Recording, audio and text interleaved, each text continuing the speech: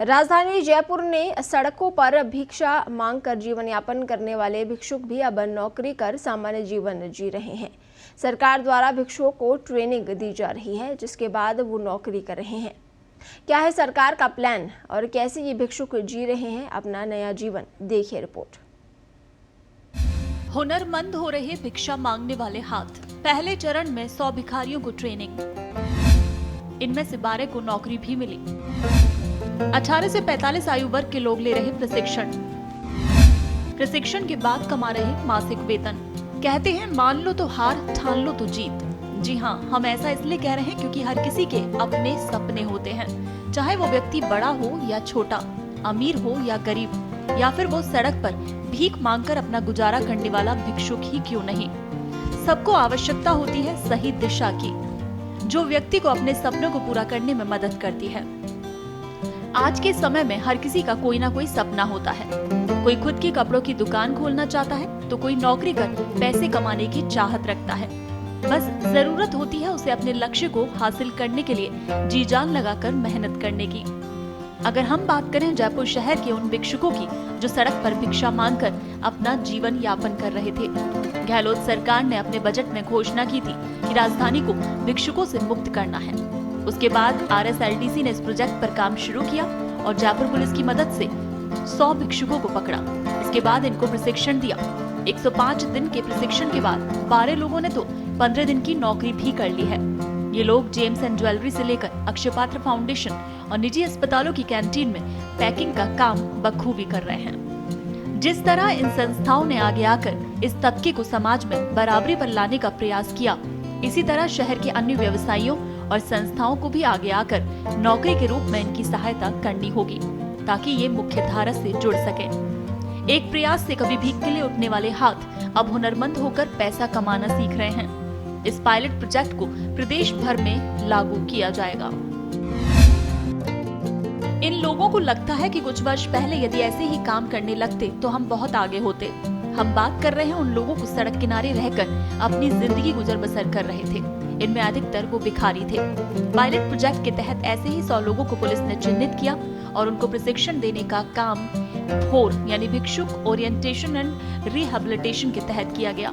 ये प्रोजेक्ट राज्य सरकार के राजस्थान कौशल एवं आजीविका विकास निगम के तहत चलाया जा रहा है। आपको बताते हैं कि कैसे ये प्रोजेक्ट शुरू हुआ। बजट में सीएम गहलोत ने राजधानी को भिखारियों से मुक्त बनाने की घोषणा की। इसके बाद RSLDC ने इस प्रोजेक्ट पर काम शुरू किया। जयपुर पुलिस के सहयोग से 100 भिखारियों को पकड़ा। 3 NGO के माध्यम से पहले इनको 15 दिन का प्रशिक्षण दिया। कोरोना की वजह से ट्रेनिंग में देरी हुई, लेकिन कुछ लोगों ने संस्था अक्षय पात्र से मिलकर कोरोना काल में सेवा के कार्य भी किए। फैक्ट फाइल पे नजर डालें तो 18 से 45 आयु के बीच है यहाँ ज्यादातर प्रशिक्षण लेने वाले लोग। 225 रुपए सरकार की ओर से प्रतिदिन इन्हें खर्चा दिया जा रहा है। 10,000 से 15,000 रुपए मासिक वेतन पा रहे हैं ये लोग प्रशिक्षण के बाद। RSLDC के DGM RK जैन ने बताया कि इन सभी लोगों को रोक कर रखना आसान नहीं था। नियमित देखभाल करते थे। पहले 15 दिनों में तो इनको योगा कराया और रहने का सलीका बताया। उसके बाद जब ट्रेनिंग शुरू हुई तो धीरे धीरे बदलाव आता चला गया। इनकी मानसिकता में बदलाव ला पाना आसान काम नहीं था। SMS अस्पताल के बाहर कचरा बीनने का काम करने वाले राजू का कहना है कि अब वो जेम्स एंड ज्वेलरी की फैक्ट्री में काम कर रहा है। वो नागपुर का रहने वाला है। 15 साल पहले काम की तलाश में जयपुर आया था। पहले मजदूरी करता था। पहले किसी ने सहारा नहीं दिया, नहीं तो हम जाने कहां पहुंच जाते।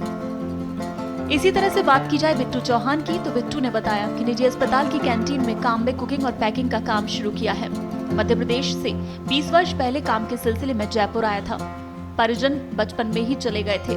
दादी ने पाला और उनके देहांत के बाद किसी ने ध्यान नहीं दिया, जिससे घर तक छोड़ना पड़ा था। प्रशिक्षण पाने वाले राजकुमार का कहना है कि खुद का व्यवसाय करना चाहता हूँ। संस्था के लोगों ने कहा कि जैसे ही राज्य सरकार से मदद आ जाएगी वो काम शुरू करवा देंगे। उसकी इच्छा है कि कपड़े की दुकान खोले। अभी तो सभी लोग कह रहे हैं कि जल्द ही इस काम को शुरू करवाएंगे। जिन लोगों ने कामकाज शुरू कर दिया है उनको अभी वापस सेंटर पर ही बुलाया जाता है। ऐसा माना जा रहा है कि 1 महीने बाद इन लोगों को शहर में ही कमरा किराए पर दिलवाकर बाहर रखा जाएगा। अभी ये गाड़ी से आते जाते हैं। राजस्थान कौशल एवं आजीविका विकास निगम के अध्यक्ष नीरज के पवन ने कहा कि भिक्षावृत्ति पर रोक लगाकर भिखारियों को मुख्य धारा में लाने के लिए निगम की ओर से भोर अभियान की शुरुआत की गई है। इसी के तहत भिखारियों ने पुनर्वास को लेकर राजधानी में काम शुरू किया गया। मुख्य सचिव ने प्रदेश के अन्य जिलों में भी कलेक्टर को पुनर्वास को लेकर हाल ही में दिशा निर्देश जारी किए हैं। तो देखा आपने किस तरह से भीख मांग कर गुजर बसर करने वाले ये लोग भी आज नौकरी कर सामान्य जीवन जी रहे हैं। ऐसे में आम लोगों की भी जिम्मेदारी बन जाती है कि वो ऐसे लोगों को प्रेरित करें और उनका जीवन बदलने में उनकी मदद करें। ब्यूरो रिपोर्ट, पत्रिका टीवी।